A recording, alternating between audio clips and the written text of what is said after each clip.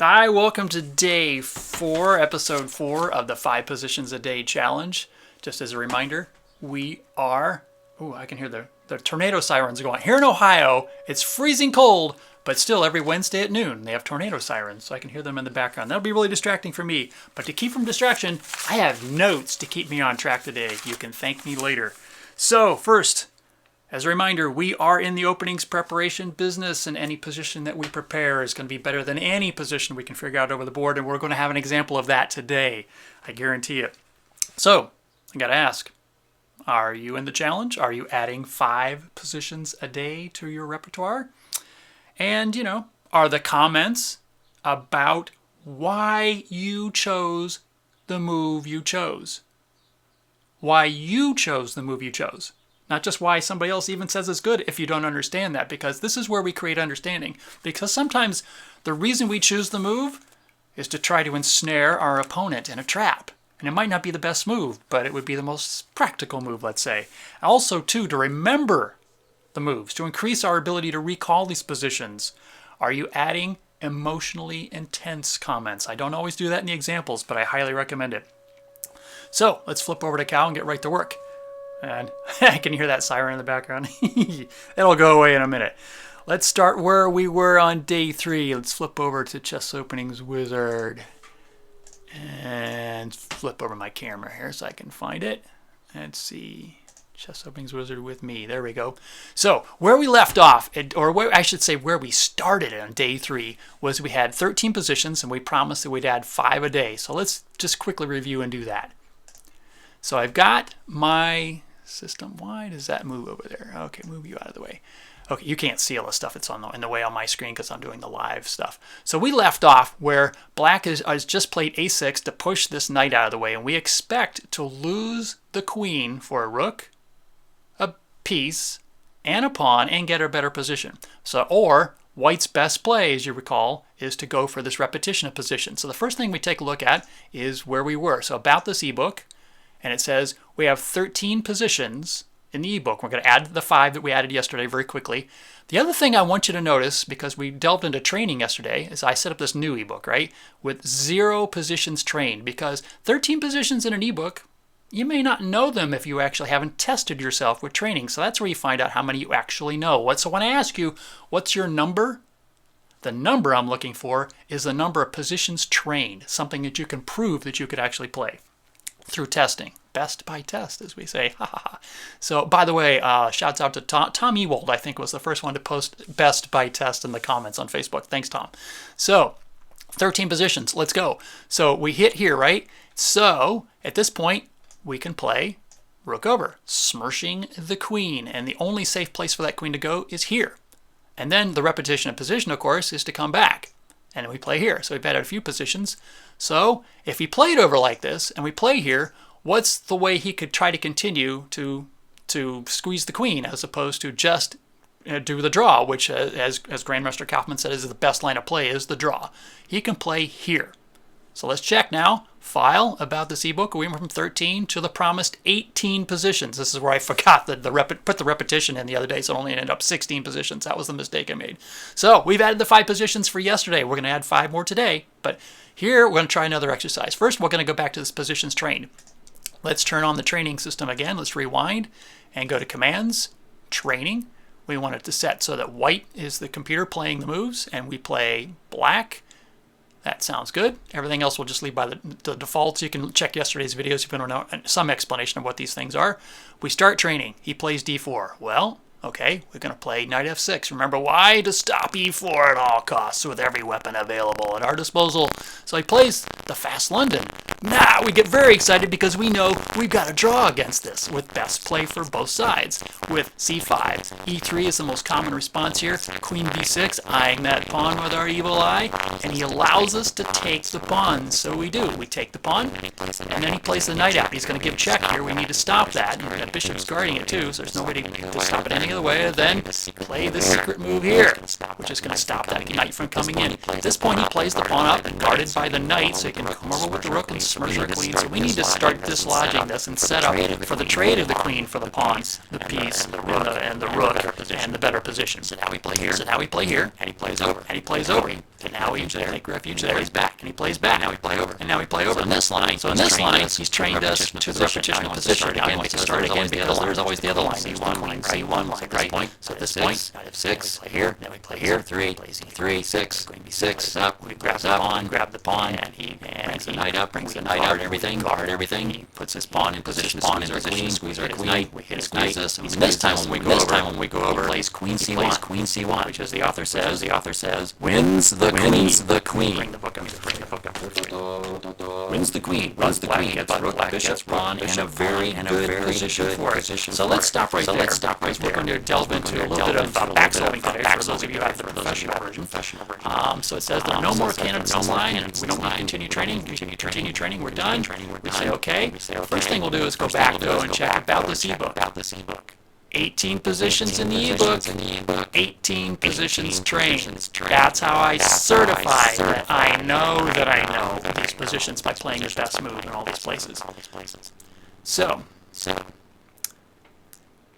say something like, must have some audio thing problem again. I'm not sure what to do about the audio problem. Yeah, well, go with what we got. Hopefully the distortion's not too bad. We had distortion on day one. I don't know how it got there or how to fix it, because I switched microphones and thought that fixed it. So let me ask you this. If we go to the end of this line,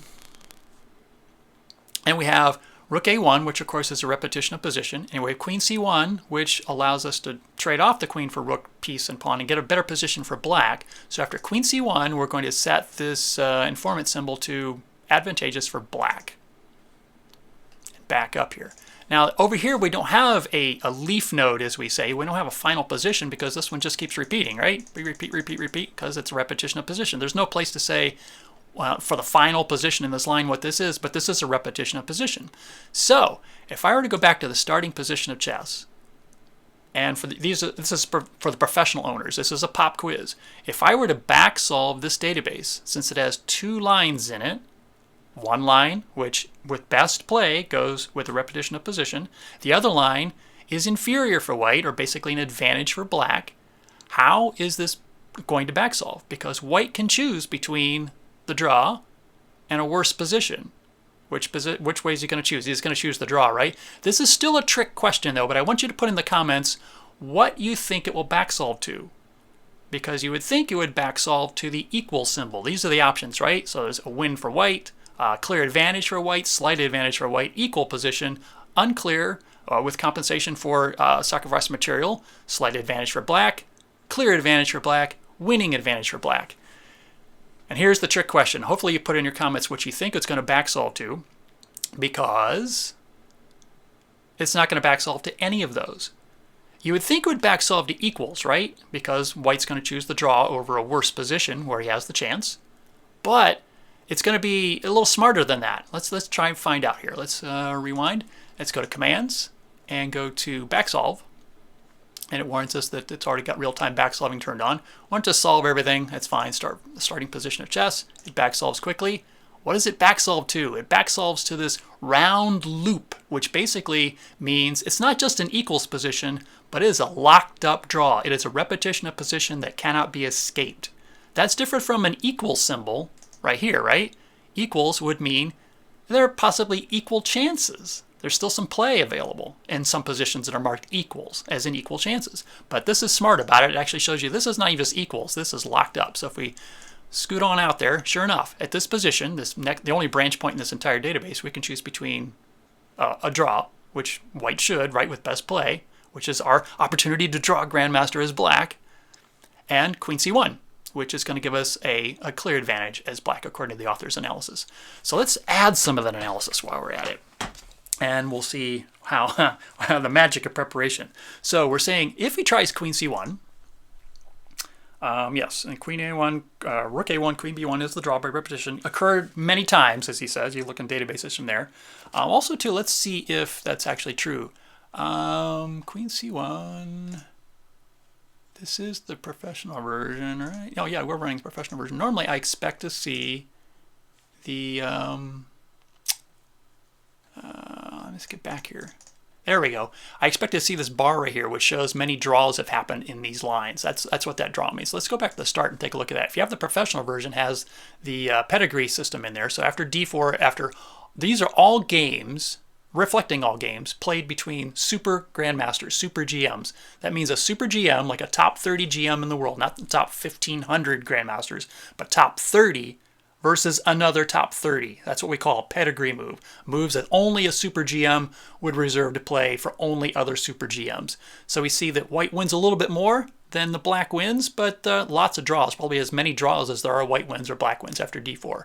And it stays pretty much the same after bishop f4. A few more white wins. Okay, fine. c5, it changes just slightly. At this point, after e3, more black wins. Interesting. Okay, interesting. So here it's about split with queen b6, knight c3. And at this point, when we go queen b2, guess what happens? It turns completely white, meaning all super GM versus super GM games in this line have ended in a draw. Okay, let's zoom on out there and add the 5 positions that we promised to happen every day, or promised to add every day. Queen c1, 5 more positions. Let's see. He's recommending just go ahead, take that knight. So now we're up a pawn and up a knight. So now we can throw the queen at the rook, and that's what's going to happen. So white forces us to do that with rook a1. We take it. We take it, and then of course white has won the queen. At this point, here's what the recommended move is, and here's what preparation pays off, because are you going to find this move over the board? I wouldn't have. e5 exclam. You want to put an exclam on it? Go over there and put exclamation mark. There we go. And it's carrying forward the Backsolved informant code, just in case. It's a handy thing that the professional version does. So after e5, would I have found that? I don't know. And then he's saying that, let's see, what's he thinks the best line to play? He thinks the best line is bishop takes e5. And then we get to play c4. Let's see if it's got us from 18 positions plus 5 is, let's do the math here about this ebook. 25 positions. We've definitely added another 7 positions. I'm sorry, I went 2 over. You got a bonus 2 positions. But here's the magic of preparation. Would I have found that e5 move which discombobulates the position, right? We can go a little bit further here. Maybe we could save that for tomorrow. We'll save that for tomorrow. There are a few more moves here which are kind of cool. That bishop will come down and grab that knight, but we won't grab it right away, because with our preparation we'll know we can actually take on a3 and then come back and get the bishop, because the bishop pretty much stays lost after he takes the knight. Okay, that's good enough for our analysis. Let's get back to my notes, make sure I've covered everything. So we've added our 5 positions. We've done our Backsolve quiz. Oh yes, I promised you Bobby Fischer wisdom. Let me go here and check back with where I'm supposed to be. Okay, so Bobby Fischer wisdom. Bobby Fischer was probably the greatest repertoire player of all time. He played e4, and then when people played him against him, he'd play c5. He played the Sicilian. So after a while, people thought, well, let's play the Southern Sicilian against him. And so he would play e4, they'd play c5, they would play his own repertoire against him, and Fischer would still win. So it wasn't just the openings. Obviously, he chose the best openings he could. But it wasn't just the openings, he was better prepared in those positions for those openings, no matter which side he ended up on. And then, did he only study his repertoire? That seems to be the practical thing to do, right? If you only have so much time, study only your repertoire. But he didn't, and here's how you know. In the World Championship between Fischer and Boris Spassky, when Fischer was winning finally, he played a move, which was, he played actually the English, if I recall, because he never played d4. He talked about e4, best by test, and he wasn't going to play anything other than e4, just out of principle. And he really had disdain after a while. You had really interesting comments to have to say about grandmasters who played queen pawn, right? So he wouldn't play it. But he actually played c4, allowed it to quickly transpose into a normal queen pawn opening. And then later on, they asked him, like, you were playing and you're beating Spassky. Why would you deviate? Because in every other world championship like me, why would you deviate from your preparation? And his answer was, to the Russians, I wanted to give them something to think about.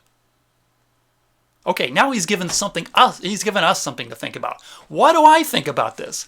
I think that Fischer was so good in his openings, not because he only studied his openings, but because he studied all openings. Everything his opponents played, even if he was never going to be in those positions. So that's a lot of work. If you're going to be as good as Fischer, you're going to have to study everything. But that's what Fischer did. That's what made Fischer Fischer. He studied everything. I'll leave you with that. Hope you had fun today. Thanks everybody who is chiming in. Go now and add 5 positions to your repertoire. If you're following along with us, your homework's already done because we've added 7 positions. Sorry, you get a bonus 2. And we'll be back tomorrow for a wrap up at least 5 days in a row. And we're going to add 5 more positions. And I'm going to drop some more wisdom. I'll talk to you guys tomorrow.